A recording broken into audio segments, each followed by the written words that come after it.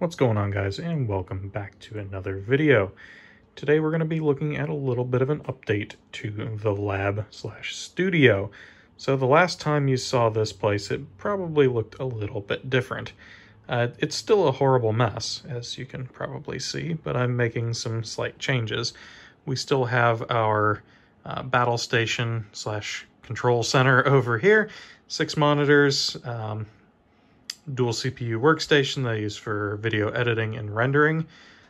We still have the IBM 5160 in its home, and next to it you'll see a prototyping platform that I have been using to develop some products, and we will show you a little sneak peek of what I've been working on here in a moment.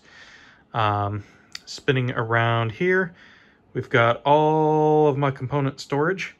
There's quite a bit going on here, and I am adding more. Got a bin missing. I must have walked off with that somewhere. Over here we've got one of the new benches. I will be adding 2 more of these. Another one over here in the corner, and then another one along this edge, so it'll be a nice L-shaped bench. We also have the new hot air reflow station. I had a real cheap, junky one before. However, it started wigging out, and I was afraid it was going to, well, glitch out and cause a fire, because what it did was kind of terrifying. It decided that it was, when I turned it on, that it was just going to ramp to its full temperature, but not turn the fan on. So it started getting very, very hot. I cycled power and it fired back up again, and I've seen other people with similar sort of issues with those super cheap, junky hot air reflow stations. You can find them everywhere on eBay for like $70. Just stay away from those if you can. They work, and they work all right. Honestly, they're fairly comparable performance-wise to this Quick. But they're just so flaky software-wise, and I just don't trust them as far as I can throw them. So, yeah. I got the Quick 861DW, which is fairly well regarded in the electronics design and repair communities. Louis Rossman, if you're familiar with his channel, he used this for a very long time until he switched over to... I forget, he switched over to a different Chinese made one. But that was mainly due to the support and things he got from that company and the availability of them, because he actually sells them. He was able to get a hold of them easier. There's nothing wrong whatsoever with this Quick unit, and I was able to pick it up for a bit cheaper. And I just like the design of it a little better with the controls being just 4 buttons.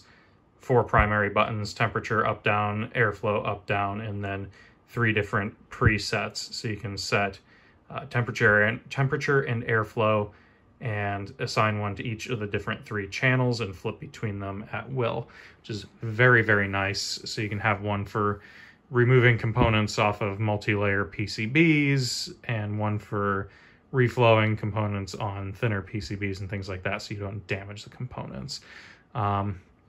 In front of us here on our little soldering mat, we have the product that I have been working on developing over the past 2 months. You'll notice I've been fairly quiet for a while, and that is because I have been quite busy learning how to design PCBs and get things manufactured. Well, mainly get the PCBs manufactured and actually source components to assemble them myself. This is a Wi-Fi modem. And if you're familiar with these, this concept has been around for a while. I believe Paul Rickards was the one who introduced these initially. This is a take on it. It runs the Z modem open source modem software, and it basically emulates a Hayes compatible modem. So you can plug this into a computer via RS-232 and dial into things like Bbs systems, or really anything over Telnet. So they're incredibly, incredibly useful little devices for people who are into retro computing, which I happen to be. So this one here is our second revision of this board. We have the ESP07, or no, this is an ESP12E module on here. Most of these you see run off of just a pre-done either ESP01 board, which is a fairly small little board, but it just plugs in. These are, in fact, a cheaper solution, but I like it all being fastened to the board and programming everything through the serial port. So this is actually a fully programmable device. We have a program and reset switch on it, so you can get it into a programming mode and program it via RS-232. So if you want to program it, you can use like a USB to RS-232 adapter. Or me personally, I just fire up the old Toughbook over there that happens to have a native RS-232 port on it and use that, which works beautifully. So I can write the firmware out to it. Now, the firmware I have on here is a slightly modified version of Z Modem from, I think, Bo Zimmerman, which mad props to him for making an awesome little firmware. Works beautifully. I had to make a few tweaks on it to get it to work with both the ESP07 and the ESP12E modules. You'll notice there is a resistor missing on here. That is intentional. That missing resistor is an added pull-down resistor for one of the lines on the ESP07. It's not needed on the 12E. That is for the flow control, RTS, CTS flow control lines. And I will eventually be making these available for sale, and I will be open sourcing the entire project, or at least as much as I can. So yeah, keep an eye out for these. If you're interested, I will be probably posting some more content on these in the near future. But yeah, just a little bit of a show and tell here with this project. I hope you guys think it's at least somewhat interesting. I know not all of my audience is interested in retro computing, but it is one of my passions. So this design really was meant as a kind of a stepping stone, or a kind of an icebreaker when it comes to designing PCBs and just a product in general. I wanted something that was fairly simple as my first design. I have a lot more plans for future products, and the main one is actually another one of these modems, but it is not a separate unit like this that plugs in over a RS-232 port. My original concept was to have it plug into an ISA slot. So I want to create essentially a serial card that has the modem built into it. So you just drop it into the computer, it picks it up as a COM port, and you talk to it that way. So that'll require a little bit more effort. And by a little bit, I mean a lot more effort. It'll still have all the same basic principles as this. I will most likely not need the Max 3232 chip on there to shift the voltages, because it'll operate at 3.3 volt logic. And I should be able to use the 16550 UART chip to communicate to the ISA bus. I just have to learn how to do that. So I have been doing a lot of research on designing hardware for the ISA bus, the original 8-bit ISA bus. But it's a little bit out of my league at this point. I am still learning though, and I'm soldiering on, and hopefully we'll be able to figure out a bit more about that in the near future. But for now, I've been kind of focused on getting these finished, and I think I'm at the point where I would consider this a ready-to-sell product. You might be wondering why I was making this cross-compatible with the ESP07.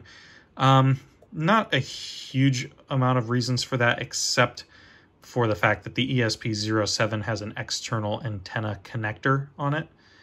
So if you so desired, you could put this in a case, even a metal case, and then have a external antenna running out to the back. So I basically wanted the option, if you wanted to mount this inside of a case, to be able to do something like that.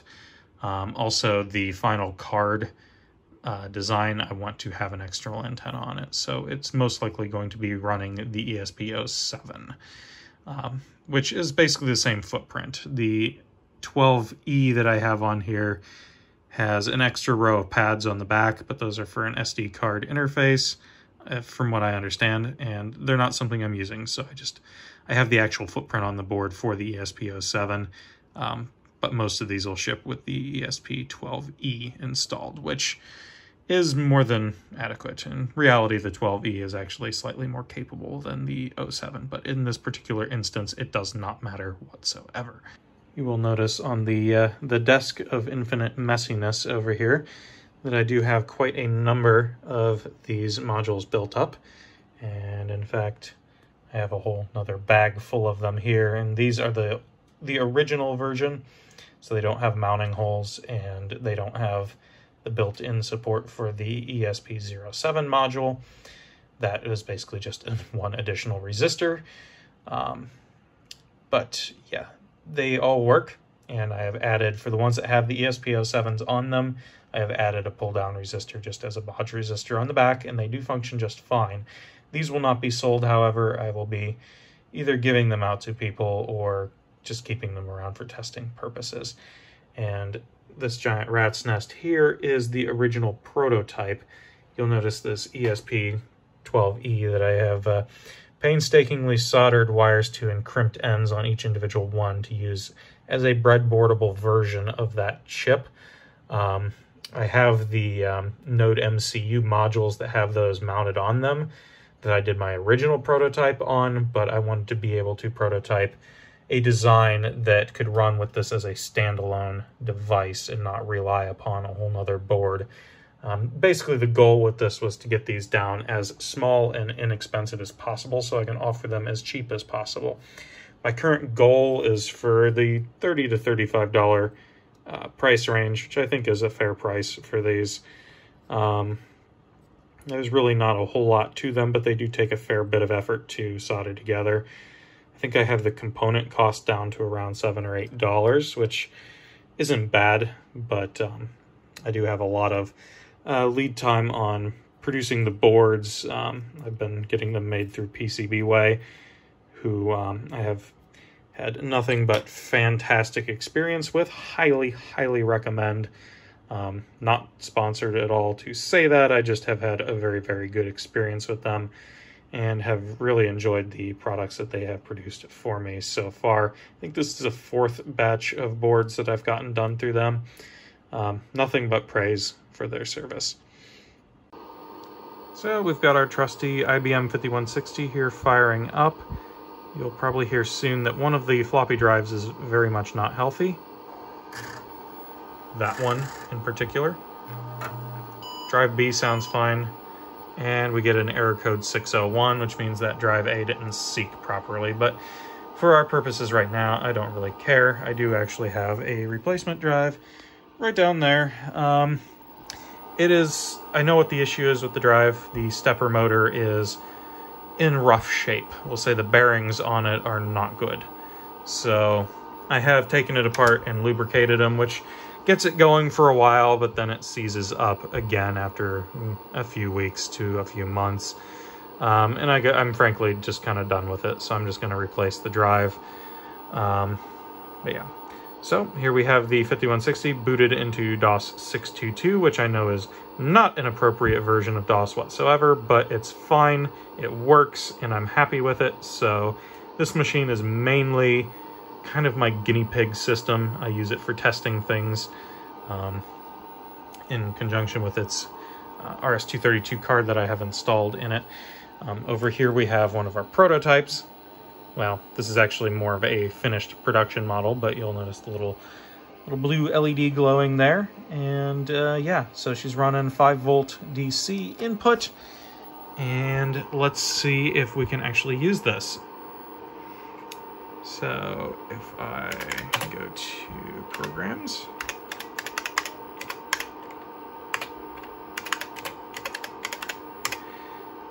so So I have a software package installed on here called Bcom or Bananacom. This was a fairly standard program used back in the day, mainly for accessing BBS systems. Very popular piece of software. We will launch it by typing Bcom and wait for a good 30 seconds or so here while it launches.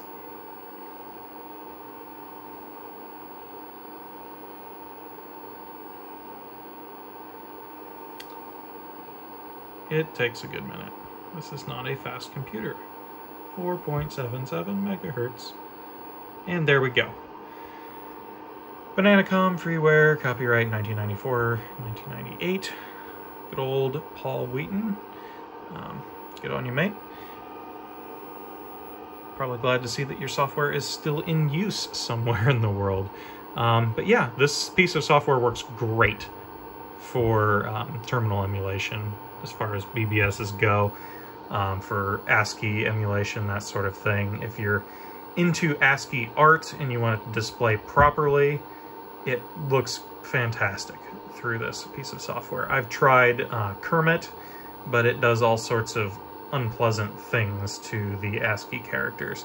It works, but it doesn't look quite right, at least from what I have it configured at. I may not have had it configured correctly.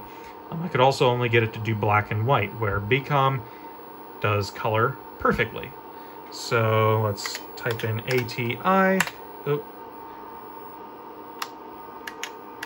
I have to change my baud rate back to 1200 because I didn't save it at 9600. So type in ATI, enter. We've got our Wi-Fi firmware version. And then we'll do ATB to change the baud rate. And 9600, which is about the max the 5160 can handle. And that should set it over to 9600. Change the baud back. She is much faster now. So to connect up to a BBS system, we have to first connect it to Wi-Fi. So I will do AT plus config. We'll go to Wi-Fi, and excuse me as I do this because I don't want you to see my password. And there we go. She is connected.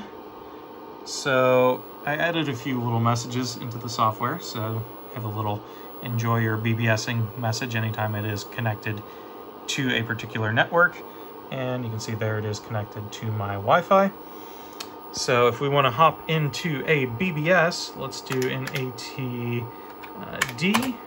kbyte.cc. If you want to hop onto my BBS, this is mine.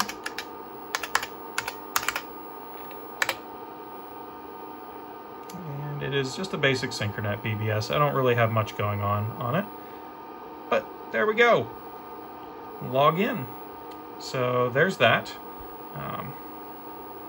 I can go ahead and hit the reset button if I would like to reset the terminal emulator.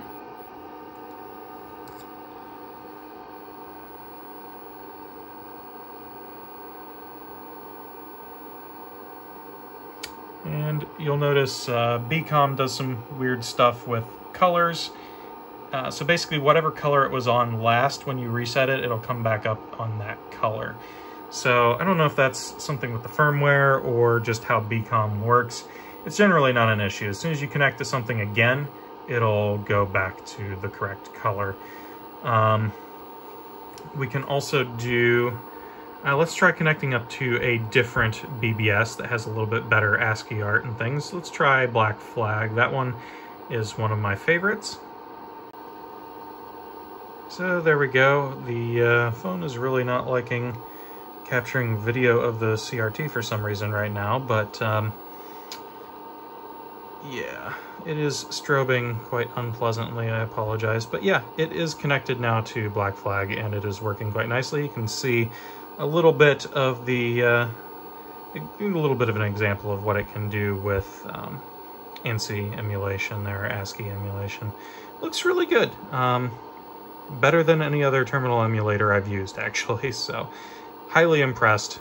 and that's on an IBM 5153 CGA monitor. And we have more than 3 colors, or 4 colors on the screen, so yeah, pretty impressive. It can do, I think, 16 colors when it's in this particular text mode, so pretty cool stuff.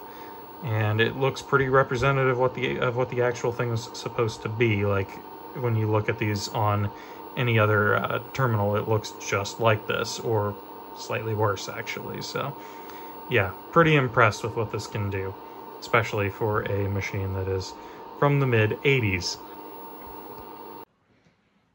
Anyway, guys, I hope you enjoyed this little look at some of the stuff I've been working on. And I hope I'll probably be able to be posting a few more videos, or a little bit more frequently, just to kind of keep you guys up to date with some of the projects I'm doing, and how the lab's coming together. Can't wait to get these other 2 benches in here. We are actually building these. So yeah, my father and I have been working on these over the past month or so. I haven't really showed you a very close-up look of these, but these are a butcher block top, so they take forever to assemble with the limited tools that we have. But yeah, we're actually making this top, gluing up, and planing them down and everything. So it takes a very long time, but it is a lovely surface to work on. It's super thick, rock solid. You could drive over these things with a semi-truck and they would be fine. So again, spar varnish coating, so water resist, or essentially waterproof surface on them. Really easy to clean up with a wet rag, wipe them down. They're easy enough to scratch, but I plan to do most of my stuff using these little sill pad mats, so they work well. Anyway, guys, thank you again for watching, and I will see you soon.